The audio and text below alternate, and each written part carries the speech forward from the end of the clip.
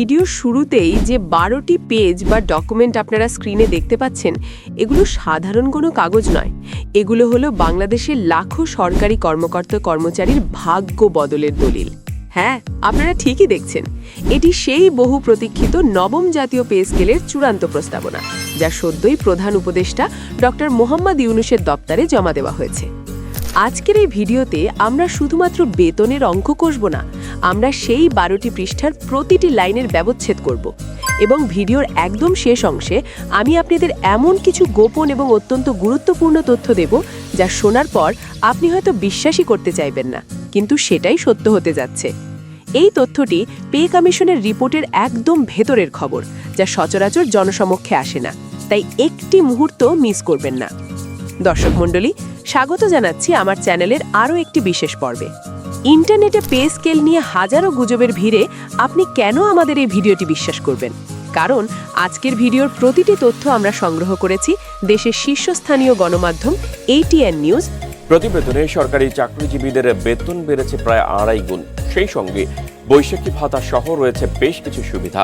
Channel 24 এবং দৈনিক যুগান্তরের exclusive report থেকে আমরা এই নির্ভরযোগ্য সূত্রগুলো থেকে পাওয়া তথ্যগুলোকে একত্রিত করে বিশ্লেষণ করে আপনার সামনে তুলে ধরছি, যাতে কোনো বিভ্রান্তি না থাকে। নির্ধারিত সময়ের 3 সপ্তাহ আগেই প্রধান উপদেষ্টা ডক্টর মোহাম্মদ ইউনূসের কাছে একটি বিপ্লবাত্মক প্রতিবেদন পেশ করেছে জাতীয় বেতন কমিশন। সাবেক অর্থসচিব জাকির আহমেদ খানের নেতৃত্বে গঠিত এই কমিশন সরকারি চাকরিজীবীদের জন্য যে সুপারিশ করেছে তা এক কথায় অবিশ্বাস্য। রিপোর্টে দেখা যাচ্ছে সরকারি চাকরিজীবীদের বেতন বাড়ছে প্রায় 2.5 গুণ। শুধু তাই নয়, এর সঙ্গে বৈশাখী ভাতা, বাড়ি ভাড়া এবং চিকিৎসার মতো সুবিধাগুলোতেও আসছে আমূল পরিবর্তন। সবচেয়ে বড় যে পরিবর্তনটি আসছে তা হলো বেতনের অনুপাত বা রেশিওতে। বর্তমানে সর্বোচ্চ এবং সর্বনিম্ন বেতনের অনুপাত যেখানে 1:9.4 মতো, সেখানে নতুন পে স্কেলে এটি কমিয়ে 1:8 করার সুপারিশ করা হয়েছে। এর মানে হলো নিচের দিকের গ্রেডের কর্মচারীদের বেতন উপরের দিকের কর্মকর্তাদের তুলনায় আনুপাতিক হারে বেশি বাড়ছে। এটি নিঃসন্দেহে আয়ের বৈষম্য কমাতে একটি বড় পদক্ষেপ। আসুন এবার সরাসরি অঙ্কের হিসাবে যাওয়া যাক। ATN নিউজ এবং যুগান্তরের তথ্যানুসারে বর্তমানে একজন সরকারি কর্মচারীর সর্বনিম্ন মূল বেতন বা বেসিক স্যালারি হল 8,250 টাকা, যা দ্রব্যমূল্যের এই ঊর্ধ্বগতির বাজারে সংসার চালানো প্রায় অসম্ভব। পে কমিশন তাদের সুপারিশে এই সর্বনিম্ন বেতন 8,250 টাকা থেকে বাড়িয়ে 20,000 টাকা অথবা 20,250 টাকা করার প্রস্তাব করেছে। অর্থাৎ 1 লাফে বেতন বাড়ছে প্রায় 2.5 গুণ। অন্যদিকে বর্তমানে সর্বোচ্চ মূল বেতন অর্থাৎ গ্রেড 1-এর কর্মকর্তাদের বেতন 78,000 টাকা। নতুন প্রস্তাবনায় এই সর্বোচ্চ বেতন বাড়িয়ে 1,60,000 টাকা করার সুপারিশ করা হয়েছে। অর্থাৎ শীর্ষ পর্যায়ের কর্মকর্তাদের বেতনও দ্বিগুণের বেশি বাড়ছে। দর্শক, আপনারা যারা বিভিন্ন গ্রেডে চাকরি করছেন তারা নিশ্চয়ই অধীর আগ্রহে অপেক্ষা করছেন আপনার গ্রেডে বেতন কত হতে পারে তা জানার জন্য। দৈনিক যুগান্তরের প্রকাশিত রিপোর্টের ভিত্তিতে আমরা এখন 20তম গ্রেড থেকে শুরু করে প্রথম গ্রেড পর্যন্ত প্রতিটি ধাপের প্রস্তাবিত বেতন কাঠামো তুলে ধরছি। খুব মনোযোগ দিয়ে লক্ষ্য করুন। শুরু করছি 20তম গ্রেড দিয়ে। বর্তমানে এই গ্রেডের মূল বেতন 8,250 থেকে 20,010 টাকার স্কেলে। প্রস্তাবিত স্কেলে মূল বেতন শুরুই হবে 20,000 টাকা থেকে এবং সর্বোচ্চ স্কেল গিয়ে ঠেকবে 48,800 টাকায়। চিন্তা করুন, একজন অফিস সহায়কের এন্ট্রি লেভেল স্যালারি হবে 20,000 টাকা। 19তম গ্রেড বর্তমানে 8,500 টাকা। প্রস্তাবিত স্কেলে এটি বেড়ে দাঁড়াচ্ছে 18,000 থেকে 48,600 টাকা। নোট, এখানে গ্রেড অনুযায়ী সামান্য সমন্বয় হতে পারে, তবে কমিশন 20তম গ্রেডকে ফোকাস করে নিম্নতম 20,000 ফিক্সড করার প্রস্তাব দিয়েছে, তাই 19তম গ্রেড এর সামান্য উপরেই থাকবে। যুগান্তরের রিপোর্ট অনুযায়ী 19তম গ্রেডের প্রস্তাবিত শুরু 18,000 থেকে 48,600 বলা হলেও নিম্নতম বেসিক 20,000-এর নীতির কারণে এটি 20,500 বা তার বেশি হওয়ার সম্ভাবনা প্রবল। 18তম গ্রেড বর্তমানে 8,800 টাকা। প্রস্তাবিত স্কেলে এটি বেড়ে হবে 18,300 থেকে 50,900 টাকা। 17তম গ্রেড বর্তমানে 9,000 টাকা। প্রস্তাবিত স্কেলে এটি বেড়ে হবে 18,800 থেকে 53,200 টাকা। 16তম গ্রেড বর্তমানে 9,300 টাকা। প্রস্তাবিত স্কেলে এটি বেড়ে হবে 19,200 থেকে 53,900 টাকা। 15তম গ্রেড বর্তমানে 9,700 টাকা। প্রস্তাবিত স্কেলে এটি বেড়ে হবে ১৯,৮০০ থেকে ৫৫,২০০ টাকা। ১৪তম গ্রেড বর্তমানে ১০,২০০ টাকা। প্রস্তাবিত স্কেলে এটি বেড়ে হবে ২০,৫০০ থেকে ৫৬,০০০ টাকা। ১৫তম গ্রেড বর্তমানে ১১,০০০ টাকা। প্রস্তাবিত স্কেলে এটি বেড়ে হবে ২২,০০০ থেকে ৫৬,০০০ টাকা। লক্ষ্য করুন ১৩তম গ্রেড থেকেই বেতনের জাম্পটা বেশ বড় হচ্ছে। ১২তম গ্রেড বর্তমানে ১১,৩০০ টাকা। প্রস্তাবিত স্কেলে এটি বেড়ে হবে ২২,০০০ থেকে ৫৬,৭০০ টাকা। ১১তম গ্রেড বর্তমানে ১২,৫০০ টাকা। প্রস্তাবিত স্কেলে এটি বেড়ে হবে ২৫,০০০ থেকে ৬০,০০০ টাকা। অর্থাৎ বেসিক বেতন দ্বিগুণেরও বেশি হচ্ছে। দর্শক, আমরা এতক্ষণ ১১ থেকে ২০তম গ্রেড পর্যন্ত দেখলাম। এবার চলুন দেখি ১০ম গ্রেড থেকে উপরের দিকের কর্মকর্তাদের বেতন কেমন বাড়ছে। ১০ম গ্রেড বর্তমানে ১৬,০০০ টাকা। প্রস্তাবিত স্কেলে এটি বেড়ে হবে ৩২,০০০ থেকে শুরু করে ৭৯,০০০ টাকা পর্যন্ত।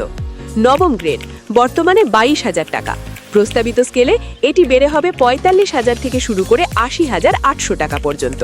অর্থাৎ একজন এন্ট্রি লেভেল ক্যাডার অফিসারের বেসিকই শুরু হবে ৪৫,০০০ টাকা দিয়ে।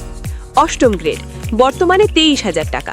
প্রস্তাবিত স্কেলে এটি বেড়ে হবে ৪৭,০০০ থেকে ৮৩,৭০০ টাকা। ৭ম গ্রেড বর্তমানে ২৯,০০০ টাকা। প্রস্তাবিত স্কেলে এটি বেড়ে হবে ৫৮,০০০ থেকে ৯২,৮০০ টাকা। ৬ষ্ঠ গ্রেড বর্তমানে ৩৫,০০০ টাকা। প্রস্তাবিত স্কেলে এটি বেড়ে হবে ৭১,০০০ থেকে ১,০৪,০০০ টাকা। ৫ম গ্রেড বর্তমানে ৪৩,০০০ টাকা। প্রস্তাবিত স্কেলে এটি বেড়ে হবে ৮৬,০০০ থেকে ১,০৩,৭০০ টাকা। ৪র্থ গ্রেড বর্তমানে ৫০,০০০ টাকা। প্রস্তাবিত স্কেলে এটি বেড়ে হবে ১,০০,০০০ থেকে ১,২৪,৮০০ টাকা। ৩য় গ্রেড বর্তমানে ৫৬,৫০০ টাকা। প্রস্তাবিত স্কেলে এটি বেড়ে হবে ১,১৩,০০০ থেকে ১,৪৮,৬০০ টাকা। ২য় গ্রেড বর্তমানে ৬৬,০০০ টাকা।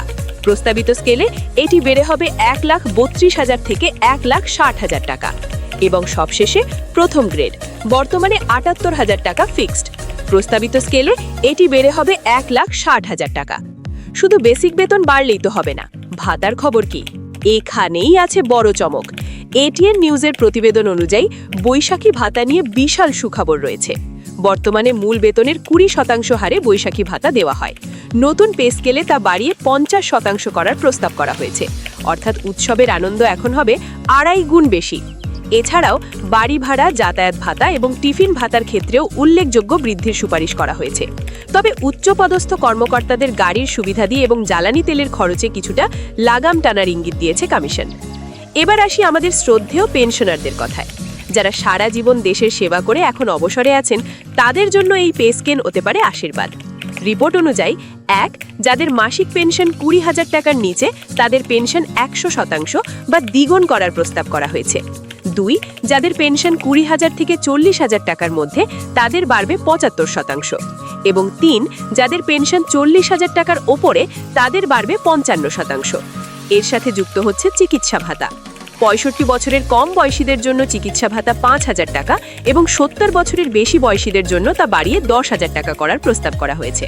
বর্তমানে এটি মাত্র ১,৫০০ থেকে ২,৫০০ টাকার মধ্যে সীমাবদ্ধ। সবই তো ভালো কথা, কিন্তু মুদ্রার উল্টো পিঠটাও তো আমাদের দেখতে হবে। চ্যানেল ২৪-এর একটি প্রতিবেদনে উঠে এসেছে এই বেতন বৃদ্ধির পেছনের অর্থনৈতিক চ্যালেঞ্জের কথা। এই বিশাল বেতন কাঠামো বাস্তবায়ন করতে সরকারের কোষাগার থেকে বছরে অতিরিক্ত প্রায় ১,০৬,০০০ কোটি টাকা ব্যয় হবে। বর্তমানে বেতন ভাতা খাতে ব্যয় হয় প্রায় ১,৩১,০০০ কোটি টাকা। নতুন স্কেল কার্যকর হলে তা দ্বিগুণ হয়ে যাবে।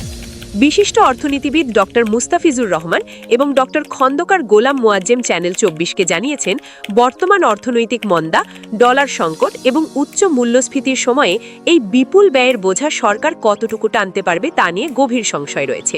তাদের মতে, বেতন বাড়ালেই বাজারে জিনিসের দাম হু হু করে বেড়ে যায়, যা শেষ পর্যন্ত সেই বর্ধিত বেতনকেই গিলে ফেলে। আবার রাজস্ব আদায় যেখানে কাঙ্ক্ষিত মাত্রায় হচ্ছে না, সেখানে এই অর্থ আসবে কোথা থেকে? সরকার কি টাকা ছাপিয়ে বেতন দেবে? দিলে মূল্যস্ফীতি কোথায় গিয়ে ঠেকবে? দর্শক, ভিডিওর শুরুতে আমি আপনাদের বলেছিলাম একটি গোপন এবং অত্যন্ত গুরুত্বপূর্ণ তথ্য দেব। খুব মনোযোগ দিয়ে শুনুন। পে কমিশনের এই রিপোর্টটি ডক্টর ইউনূসের কাছে জমা দেওয়া হলেও ভেতরের খবর হলো এই পে স্কেল এক ধাপে বাস্তবায়ন না হওয়ার প্রবল সম্ভাবনা রয়েছে। বিশ্বস্ত সূত্রের খবর এবং অর্থনীতিবিদদের বিশ্লেষণ বলছে, অন্তর্বর্তীকালীন সরকার হয়তো নির্বাচনের আগে শুধুমাত্র মহার্ঘ ভাতা বা স্পেশাল ইনক্রিমেন্ট হিসেবে বেতনের একটি অংশ বাড়িয়ে দেবে, আর পূর্ণাঙ্গ পে স্কেল বাস্তবায়নের দায়িত্ব পরবর্তী নির্বাচিত সরকারের হাতে ছেড়ে দেবে। কেননা হুট করে 1 লাখ কোটি টাকা বাজারে ছাড়লে যে হাইপার ইনফ্লেশন বা অতি মুদ্রাস্ফীতি তৈরি হবে তা সামাল দেওয়া এই মুহূর্তে অর্থনীতির জন্য আত্মঘাতী হতে পারে। তাই আপনি যদি ভাবেন আগামী মাস থেকেই দ্বিগুণ বেতন পাবেন, তাহলে আপনাকে একটু ধৈর্য ধরতে হতে পারে। রিপোর্ট জমা মানেই কিন্তু গ্যাজেট পাস নয়, এটি এখন অর্থ মন্ত্রণালয় এবং ক্যাবিনেট মিটিংয়ে যাচাই বাছাই হবে। পরিশেষে বলা যায়, নবম পে স্কেলের এই প্রস্তাবনা সরকারি চাকরিজীবীদের জন্য নিঃসন্দেহে স্বপ্নের মতো। 20,000 টাকা সর্বনিম্ন বেতন এবং 1,60,000 টাকা সর্বোচ্চ বেতন শুনতে দারুণ লাগছে, কিন্তু এটি বাস্তবায়ন করতে হলে সরকারকে রাজস্ব আয়ের অলৌকিক কোনো পথ বের করতে হবে। আপনার কি মনে হয়, এই মুহূর্তে কি পূর্ণাঙ্গ পে স্কেল বাস্তবায়ন করা উচিত, নাকি দ্রব্যমূল্য নিয়ন্ত্রণ করা বেশি জরুরি? আর 20,000 টাকা বেতন কি বর্তমান বাজারের জন্য যথেষ্ট? কমেন্ট করে আমাদের জানান। পরবর্তী আপডেটে আমরা জানাবো কবে নাগাদ এই রিপোর্ট গেজেট আকারে পাশ হতে পারে।